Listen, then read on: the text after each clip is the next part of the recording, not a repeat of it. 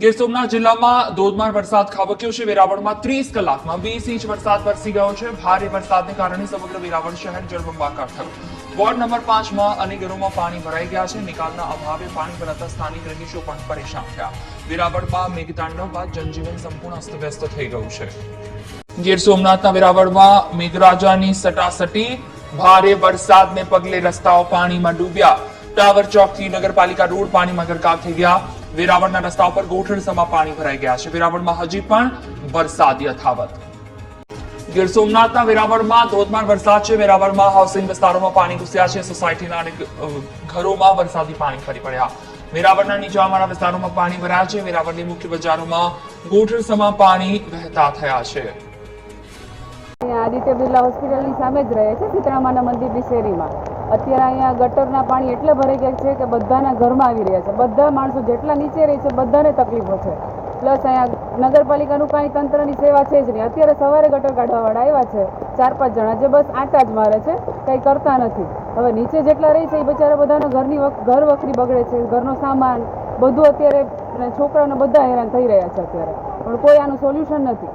હમણાં ચૂંટણી હતી તો બધા આવતા હતા, પ્રચાર તો એટલો બધો સારો કર્યો છે કે ભાઈ અમને વોટ આપો, અમને તમારું બધું કરી દેશો। અત્યારે કોઈની કાંઈ કોઈ જોવા પણ નથી આવતું કે આ લોકો અત્યારે માણસો કઈ રીતે તકલીફમાં છે।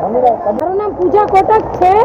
અમે હાઉસિંગમાં રહીએ છીએ અને અમારા એરિયામાં હર વખતે આવી રીતે પાણી ભરાય છે। તમારા નાના નાના છોકરા તમે જોઈ શકો છો, જે વરસાદના પાણીમાં અમારે ક્યાં મૂકવા જવા? હર ચોમાસે બસ મત લઈ જાય છે અને ભજીયા ખવડાવીને મત લઈ જાય છે, પછી અમારે આ પાણીની તકલીફ ભોગવવાની। અત્યારે તમારા ઘરમાં પાણી કરી ગયા છે? હા, અત્યારે અમારા ઘરમાં ફૂલ પાણી છે। છોકરાઓ આમાં બીમાર પડે છે। બસ ગટરો અત્યારે ગટર સાફ કરવા વાળા અત્યારે આવે ચોમાસામાં, કેટલી સમસ્યા અમે ઘર વખરી કઈ બગડી છે?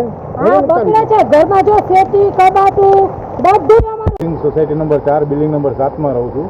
વોર્ડ નંબર 9 એવું છે કે પ્રી મોન્સૂનના સમયમાં અહીંયા નગરપાલિકાના બધા કાર્યકરો એમ કહે છે કે અમે અહીંયા બધું કામગીરી કરશું। મહિના દિવસથી અમે એને કમ્પ્લેન કરેલી છે, પણ અહીંયા કોઈ દુકાનો નથી હજી સુધી। અને અત્યારે વરસાદ અચાનક ચાલુ થતાં અહીંયા 5 ઇંચ વરસાદ પડે ને અમારા ઘરમાં દર વર્ષે પાણી ગરીએ। આ છેલ્લા 10 વર્ષથી પ્રોબ્લેમ છે।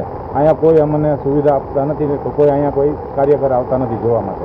પાલિકાવાળા કોઈ આવે છે? કોઈ નથી આવતા ને અત્યારે એના પરાણે બોલાવીએ છીએ તો એ લોકો અહીંયા કામ કરી શકે એવી પોઝિશન નથી કે આટલી, કેમ કે બધી બાજુ પાણી ભરાયેલા છે, ગટર તૂટી ગયેલી છે, ઢાંકણા બધા બંધ છે, કોઈ નિકાલ નથી પાણીનો। ઘર વખરી બગડે છે, ઘરનો સામાન બધું અત્યારે છોકરાઓને બધા હેરાન થઈ રહ્યા છે અત્યારે, પણ કોઈ આનું સોલ્યુશન નથી।